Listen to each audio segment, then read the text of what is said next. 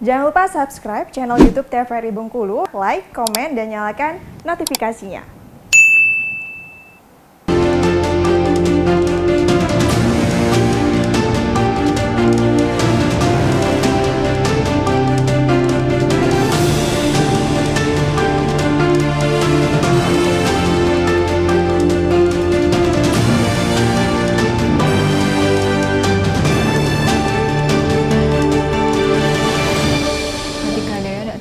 Baik pemirsa, terima kasih Anda masih menyaksikan Berendo, masih bersama Dr. Elsa dan Dr. Putri, masih membahas mengenai herpes bibir dan mulut. Tadi juga harus digarisbawahi untuk teman-teman yang punya bestie-bestie, tukaran lipstik, itu bahaya juga ya, harus mulai menjaga lingkungan sekitar ya dok ya. Karena kalau udah dipelajarin ternyata mengerikan juga gitu. Tadi kita masih membahas mengenai konsumsi makanan yang baik untuk si penderita herpes itu sendiri. Yang makanan paling dianjurkan untuk si penderita untuk mengeringkan lukanya mungkin dok? Ada dok makanannya? Yang mengandung vitamin C ya, mengandung vitamin C karena vitamin C itu besar peranannya untuk orang-orang yang infeksi virus. Yang pertama dia pasti akan meningkatkan imunitas tubuh seseorang.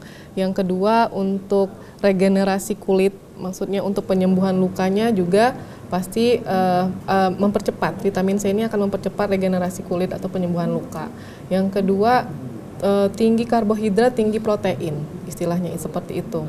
Karena selain untuk imunitas, untuk energinya, protein sangat membantu dalam penyembuhan luka atau erosi atau krusta seperti itu. Dan yang lain-lain sepertinya sama ya, makanan yang tinggi kaya akan vitamin B kompleks, zinc seperti itu ya, yang tentunya banyak di sayur dan buah seperti itu. Dan hindari makanan yang disebutkan tadi, makanan cepat saji, makanan yang terlalu pedas, terlalu asam, dan tentunya makanan yang fast food itu juga dihindari dulu seperti itu. Banyak yang harus diperhatikan juga ya dok ya dari makanan. Kalau pola kehidupannya dok kayak waktu tidurnya, jam tidurnya ada berpengaruh nggak itu? Enggak sih, itu sama aja seperti orang yang normal, maksudnya sehat ya, tidak sedang terinfeksi virus. Oke, kalau misalkan banyak yang tanya nih, gimana sih cara menghilangkan herpes di bibir itu sendiri dok? Kalau cara menghilangkannya tentunya kita harus mengobati si virus ini dulu, mematikan atau mengusir ya, istilahnya mengusir virus itu seperti yang sampaikan Dokter Putri tadi. Yang pertama tentunya pengobatan dari dokter, yaitu obat yang diminum dan juga obat yang dioles seperti itu ya, salep, dan juga gejala-gejala pengobatan sesuai dengan gejala. Misalnya kalau mungkin yang paling umum demam, parastamol, kalau batuk dikasih amroxol seperti itu. Dan tentunya menjaga higienitas di daerah bibir dan mulut. Mungkin bisa dengan kompres yang dingin atau kompres yang hangat supaya dianya itu bersih dan juga untuk mengeringkan dari lentingan yang udah pecah itu mungkin akan membentuk kropeng-kropeng yang lembab seperti itu ya. Jadi mungkin sering-sering dikompres seperti itu. Dan pokoknya menjaga higienitas, menjaga imunitas, terus pengobatannya harus sesuai dengan dokter. Ini mohon maaf nih, nanti ada nih, misalnya pasien nih udah datang, kita biasanya karena udah sering ya lihat bedain cacar sama herpes, datang udah lihat nih misalnya di depan muka, belum dia duduk udah lihat oh ini herpes. Tapi dia kasihlah daun apa gitu ya. Daun apa, terus merah-merah, terus setiap saya tanya tuh pasti jenis daunnya berbeda. Pasien ini sirih misalnya ya, pasien ini daun apa gitu ya. Ini mohon maaf, mungkin memang ada yang sembuh, tapi kan tidak semua orang dengan pengobatan tradisional itu sembuh. Maksudnya belum ada BPOM-nya loh, kayak gitu, belum ada uji klinisnya.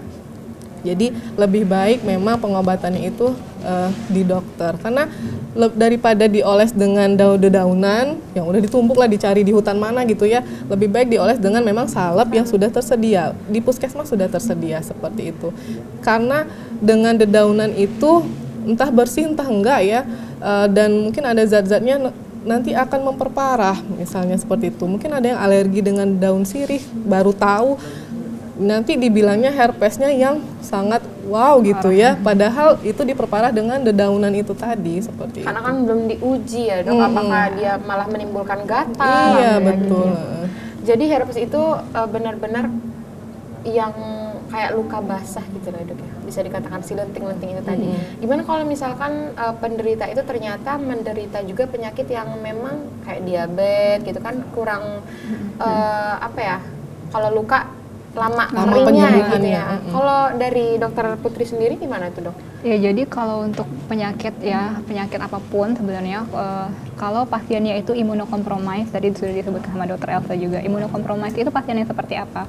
Pasien dengan penyakit yang lain, penyakit berat yang lain, contohnya seperti diabetes, dengan perawatan yang mungkin sudah sampai ke cuci ginjal. Terus juga ada imunokompromis itu seperti pasien-pasien dengan HIV, pasien yang minum obat-obatan rutin, kemudian pasien yang melakukan kemoterapi mungkin karena dia ada cancer. Nah, pada pasien-pasien seperti itu kita harus hati-hati karena dia juga bisa penyakit itu awalnya cuma penyakit virus biasa, tapi karena kondisinya imunokompromis, artinya imunnya dalam kondisi yang rendah, itu bisa menyebabkan gejala yang jauh lebih berat lagi ya.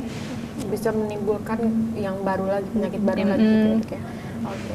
Kalau dari yang setelah banyak dokter jumpai, berapa lama sih kira-kira dokter penyakit dari herpes bibir itu sendiri sembuh dok?